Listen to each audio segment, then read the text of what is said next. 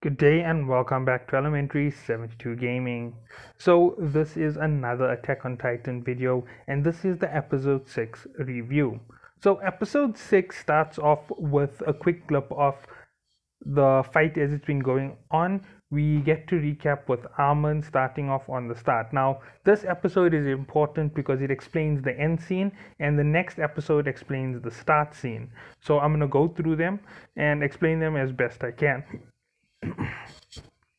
So as we go through with the section, we get to see Armin being woken up by Connie, and Armin is in the state of horror and terror and despair after watching his friend get eaten alive.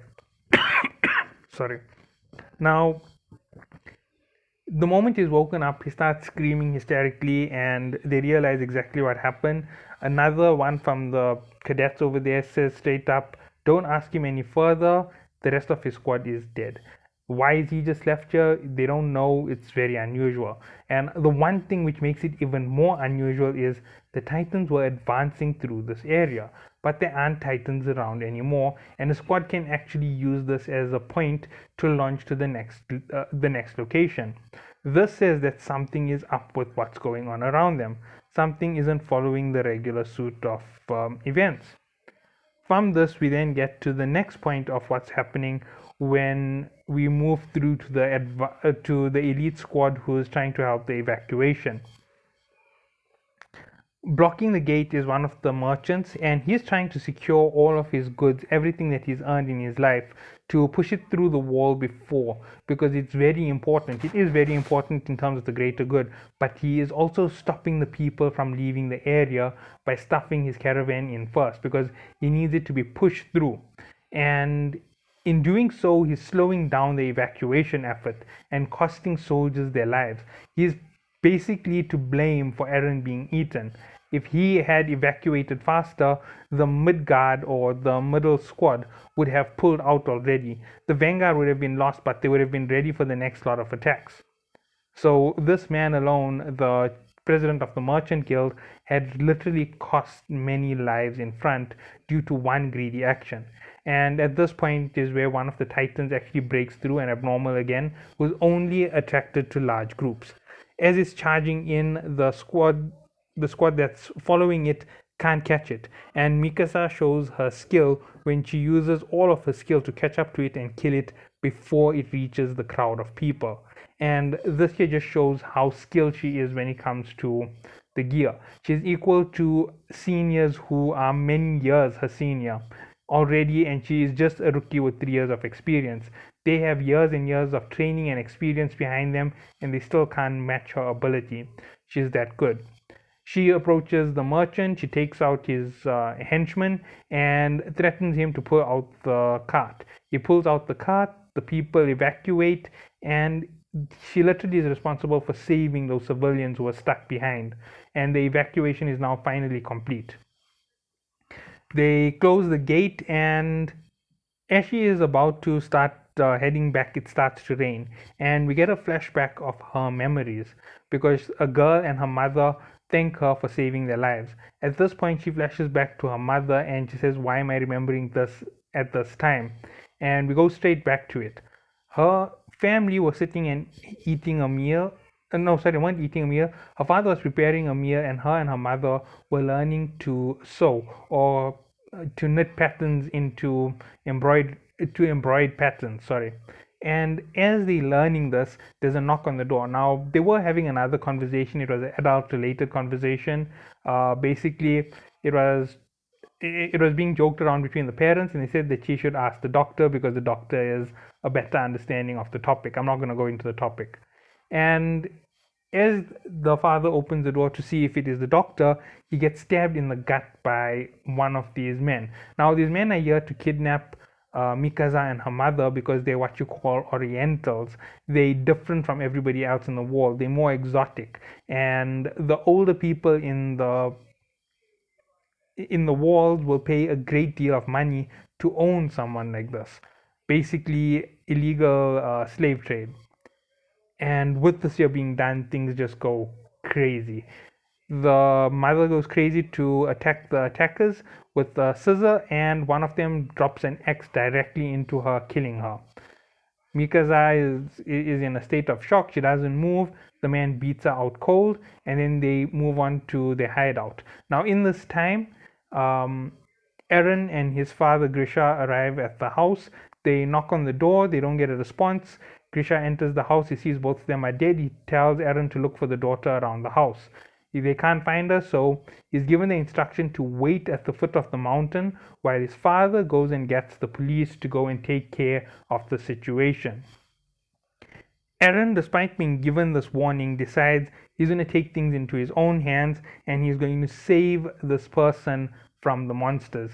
He can't allow these monsters to get their hands on her, especially since they've murdered people.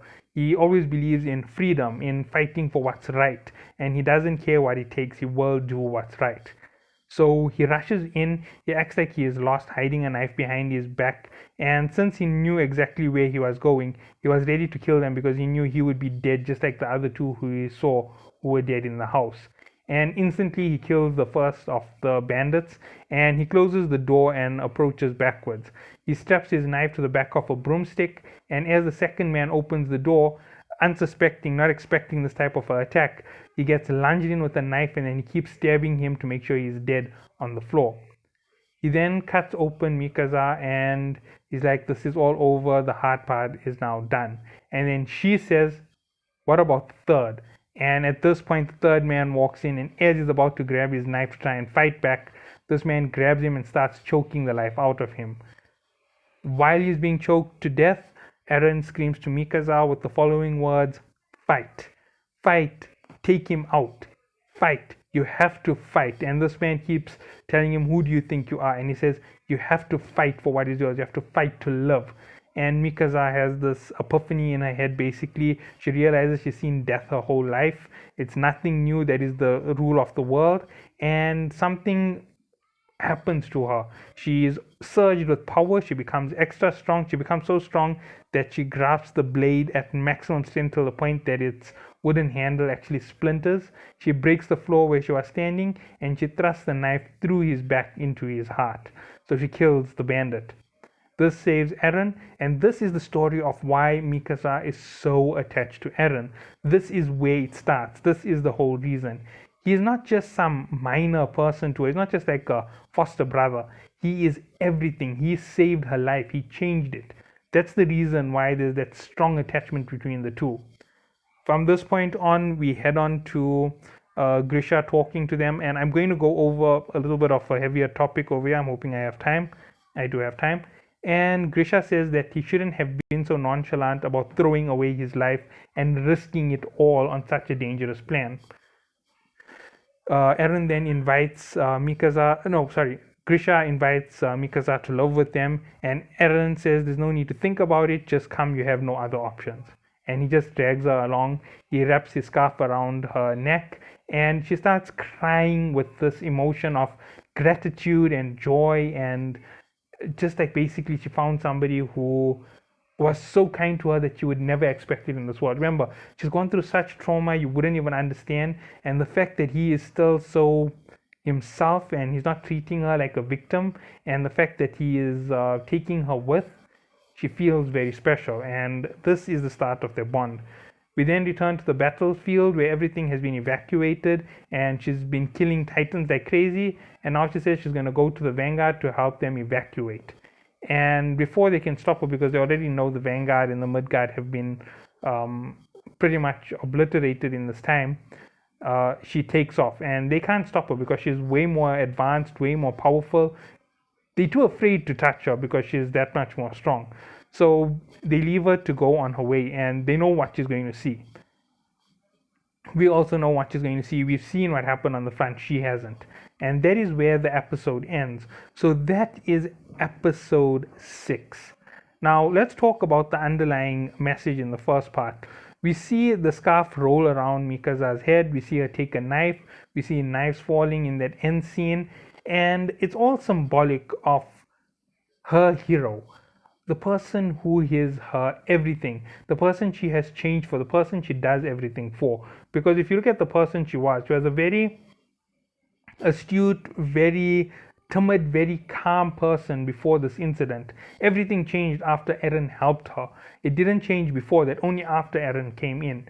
And that's where we get this whole idea about what's going on in Mikaza's head. So now we understand why she's so adamant about keeping Eren alive, why she does everything for him, why she even sold him out in the start, in the first few episodes. So we have that much of information. We know how come Eren helped Armin. We know all of this information. And in the next episode, with the conclusion of this first part of the action, we're going to have an even greater amount of info.